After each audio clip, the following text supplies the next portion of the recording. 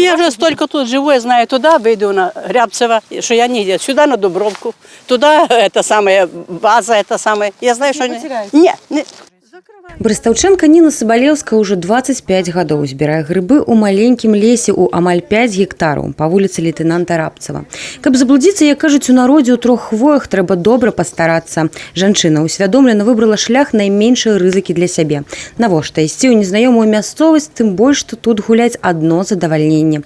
Вынік такіх прагулак з пачатку грыбнога сезону. Не адзін дзесятак грыбных кансервацый на любы густ. В этом году много грибов?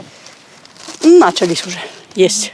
У лесапаласе недалёка ад Брэсцкай абласной бальніцы мы сустрэлі яшчэ адну заўзятую аматарку збору грыбоў. Выбар месца абумоўлены тым жа, падыход да справы больш, чым адказны. Если я боюсь, то я тогда не иду, если я не уверена. Или в знакомые места? Да, или в знакомые места.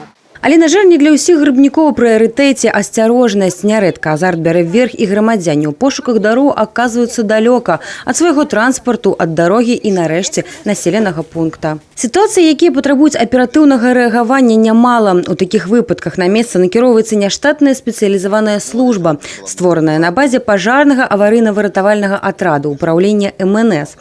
Так званы пошукавы атрад укамплектаваны усімі патрэбнымі сродкамі.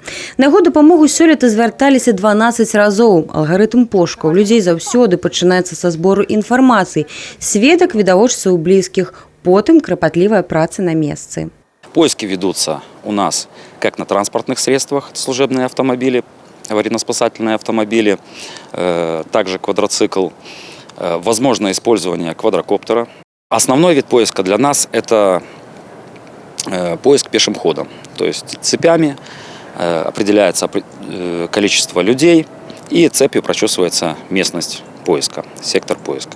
Што рабіць, калі так званае ціхае паляванне ці проста прагулка ў лесе абярнулася небяспекай?